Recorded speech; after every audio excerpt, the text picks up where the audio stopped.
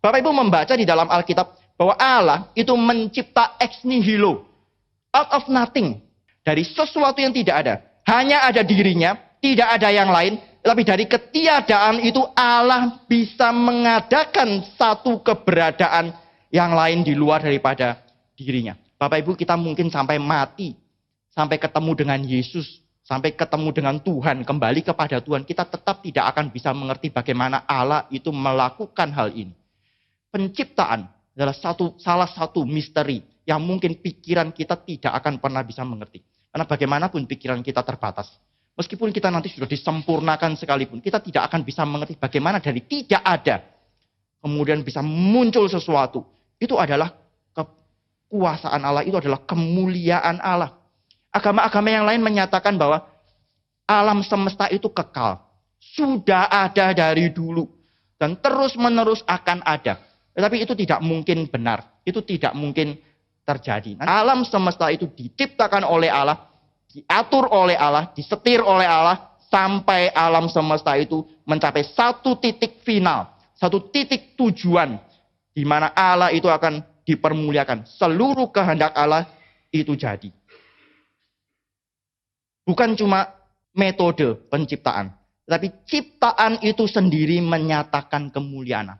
Bapak Ibu, kita bisa melihat kehebatan seseorang dari hasil karyanya. Betul? Kalau kita melihat seorang, misalnya ya, seorang desainer, Pak Tong misalnya, ketika dia merancang ASJ, dan kemudian itu jadi. Dan kemudian kita bisa melihat betapa orang yang tidak pernah mendapatkan pendidikan formal di dalam arsitektur, terus kemudian bisa merancang ASJ, yang peringkat 4 di seluruh dunia untuk konser hall. Kemudian kita bisa tahu, ini orang hebat. Dari hasil karyanya, kita bisa melihat kehebatan seseorang. Dan ketika kita melihat ciptaan, bukankah ciptaan yang diciptakan oleh Allah itu jauh lebih hebat dari apapun juga. Bapak Ibu, saya nggak tahu ya dulu waktu di SMP atau SMA, pernah tidak lihat pakai mikroskop. Lihat sesuatu yang sangat kecil pakai mikroskop. Saya pada waktu pakai mikroskop pertama kali, saya terkagum-kagum, saya terkejut luar biasa.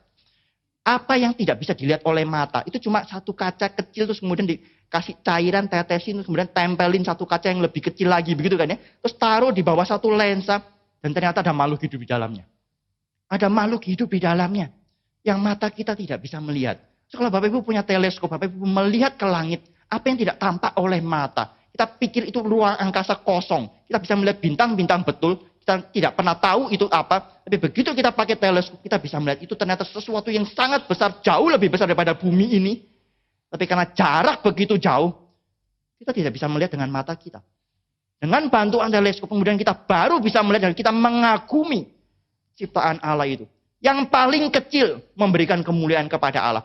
Yang paling besar, paling jauh pun memberikan kemuliaan kepada Allah. Dan Bapak Ibu coba lihat, bagaimana Allah mengatur seluruh ciptaan itu di dalam satu susunan kerumitan yang tidak bisa kita mengerti sampai sekarang ini. Dan semuanya itu berjalan begitu teratur.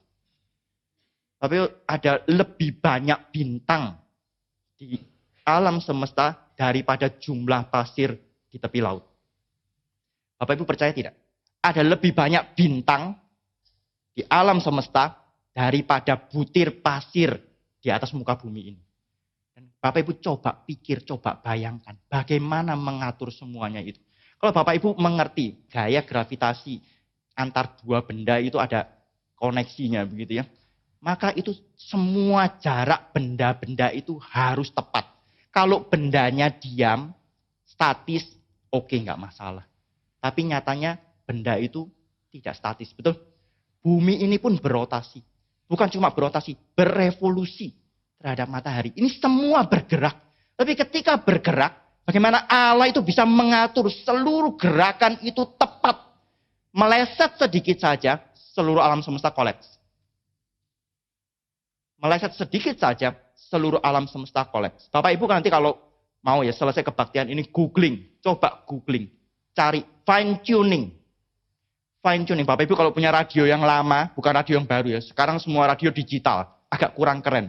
Tapi kalau radio yang lama, itu Bapak Ibu ada dua. Yang besar itu tuning. Kemudian ada satu lagi yang kecil fine tuning. Sudah dapat, mau diperjelas itu pakai yang fine tuning. Betul kan ya? Kalau Bapak Ibu, ya orang-orang kuno kayak saya gitu masih tahu ya radio yang lama. Tapi kalau orang-orang zaman now mungkin tidak tahu. Ya, fine tuning, Bapak Ibu bisa mendapatkan lebih tepat lagi. Itu yang namanya teori itu, fine tuning. Para fisikawan di dunia ini kemudian menemukan ada satu teori fine tuning, ada yang mengatur jarak semuanya tepat. Bahkan atom, jarak antar elektron di dalamnya, itu kalau meleset sedikit, itu berubah total semua. Geser semua. Seluruh dunia ini akan kolaps kalau jarak itu geser sedikit saja. Bapak Ibu coba pikirkan, siapa yang sanggup untuk menciptakan itu semua, kemudian mengatur seluruhnya, menopang semuanya.